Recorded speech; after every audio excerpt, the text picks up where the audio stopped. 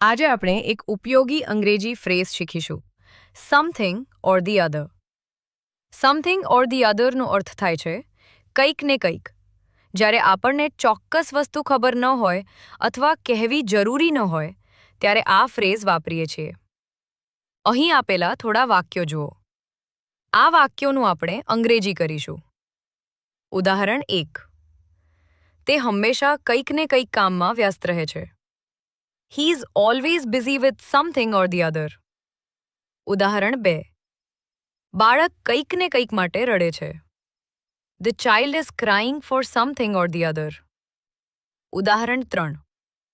તે કંઈક ને કંઈક બાબતે ફરિયાદ કરતી રહે છે. She keeps complaining about something or the other. ઉદાહરણ 4.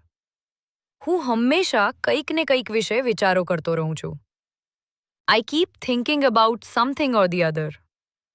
ઉદાહરણ 5. તેઓ કંઈક ને કંઈક બાબતે ઝઘડી રહ્યા છે. They are arguing about something or the other. યાદ રાખો, something or the other બરાબર કંઈક ને કંઈક.